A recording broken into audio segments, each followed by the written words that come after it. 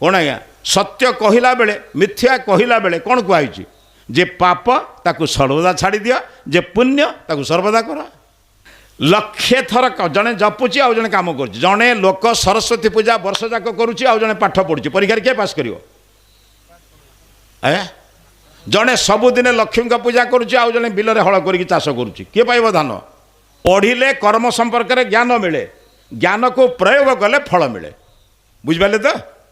स्वल्प काम विशाल फल दब बुझे दवा कूलर निकट को कौन कहती उपकूलवर्ती अंचल कहते ना उपकूल बनर निकट को उपवन नयन निकट को उपनयन बास निकट को बास माने बसवा योग्य हवा ईश्वर निकट में बसवाई शरीर को तैयार कर एपरी खाद्य खाइब नहीं आलस्य परायण हम ईश्वर ध्यान करें उपवास में निकट में बसवार योग्य हम